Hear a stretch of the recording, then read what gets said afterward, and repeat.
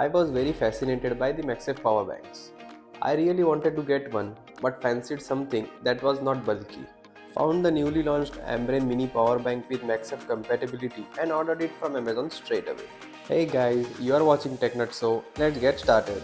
I received the package after 2 days of my order, and here's the unboxing of the Ambrane mini power bank.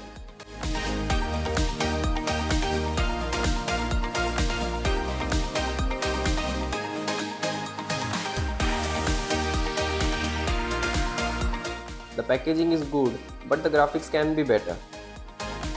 There are 3 security seals on the box, 2 at the top corners and 1 at the bottom.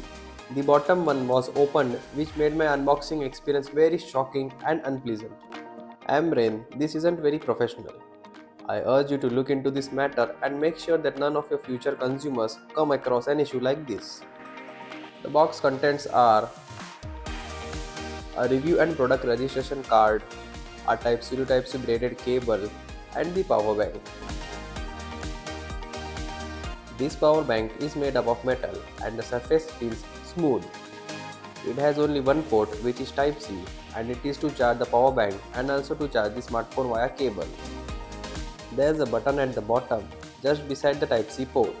4 LED indicators to the left side of the power bank to know how much juice is left in the battery, and MagSafe magnets at the front. On the box, it is specified to charge the power bank to 100% before its first use. This is to ensure it gives out top performance. I have just plugged it in to charge it and will come back later with a full in-depth review video, so make sure to subscribe so that you don't miss the video, because I want to make sure you get your money's worth. Let's see how the power bank performs. So here I end my video. This was my first impression of the Ambrane mini power bank. See you guys in the next one. TechNutso signing off.